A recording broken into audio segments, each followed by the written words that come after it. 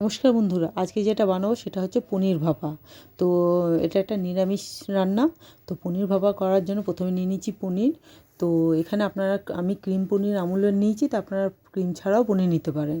তো এখানে মিক্সিতে 3 চামচ পোস্তকে গুঁড়ো করে নিয়েছি, একটা কাঁচা লঙ্কা দিয়ে বেটে নিয়েছি। প্রথমে শুকনো করেছি, তারপর জল দিয়ে জল দিয়ে আবার বেটে নিয়েছি। আর সঙ্গে দিয়েছিলাম এখানে একটা কাঁচা লঙ্কা বেটে নিয়েছি পোস্তর সাথে।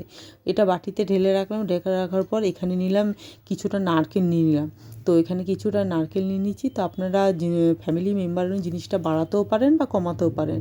তো আমাদের ফ্যামিলির মেম্বার অনুযায়ী আমি জিনিসটা করেছি এরকম করেছি। আর পুরো পনিরটা আমি দিইনি, মোটামুটি যেটুকু দরকার সেটুকুই নিয়েছি।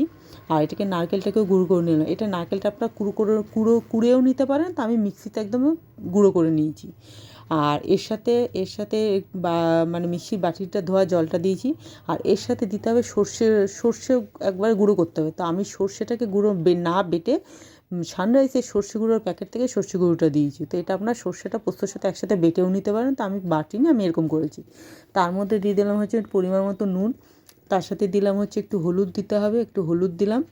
আর তার সাথে দিয়েছি হচ্ছে একটু কাঁচা সর্ষের তেল, একটু চিনি দিয়েছি, একটুখানি কাশ্মীরি লঙ্কা গুঁড়ো দিয়েছি।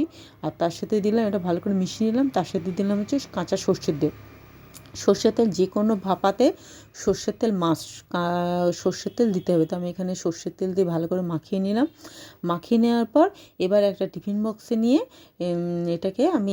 এটাকে মিশ্রণটাকে আমি দিয়ে দেবো। একটা টিফিন বক্স নিয়ে এটাকে ভাপা হতে দেবো। তো এটা জিনিসটা হয়ে গেছে। আর এখানে আমি পনিরগুলোকে একটুখানি হালকা করে ভেজে নিয়েছি। আর এটা কাঁচা পনির দিয়েও করা যায়, কিন্তু আমার কাঁচা পনির বা কাঁচা মাছটা ঠিক এটা আমার ভাপাটা আমার পছন্দ নয়, তার জন্য আমি একটু পনিরটা হালকা ভেজে নিয়েছি। তো আপনারা এটা কাঁচা পনির দিয়েও করতে পারেন। তো এবার টিফিন বক্সের মধ্যে মিশ্রণটা দিয়ে এর মধ্যে আমি পনিরগুলো দিয়ে ভালো করে ডুবিয়ে দিলাম। আর চামচ দিয়ে একটু মশলাটা উপরে দিয়ে দিলাম, যাতে মানে মশলাটা পনিরগুলোর ভেতরে ডুবে যায়।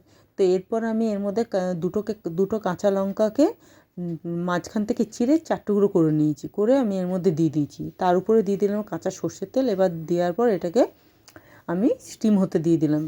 কড়াইয়ের মধ্যে জল নিয়েছি, জল নিয়ে যেমন আর কি ভাপা করে সেরকম আমি বসিয়ে দিলাম। এটা ঢাকা দিয়ে দিলাম। 10 মিনিট প্রায় করেছি। 10 মিনিট পর এটা তুলে নিয়েছি, হয়ে গেছে আমার পনির ভাপা। তো এরকমভাবে সব রকমই ভাপা হয়, পনির ভাপা হয়, এর আগে বেগুন ভাপাও করেছি, ডিম ভাপাও হয়। তো এবার আজকে করেছিলাম পনির ভাপা।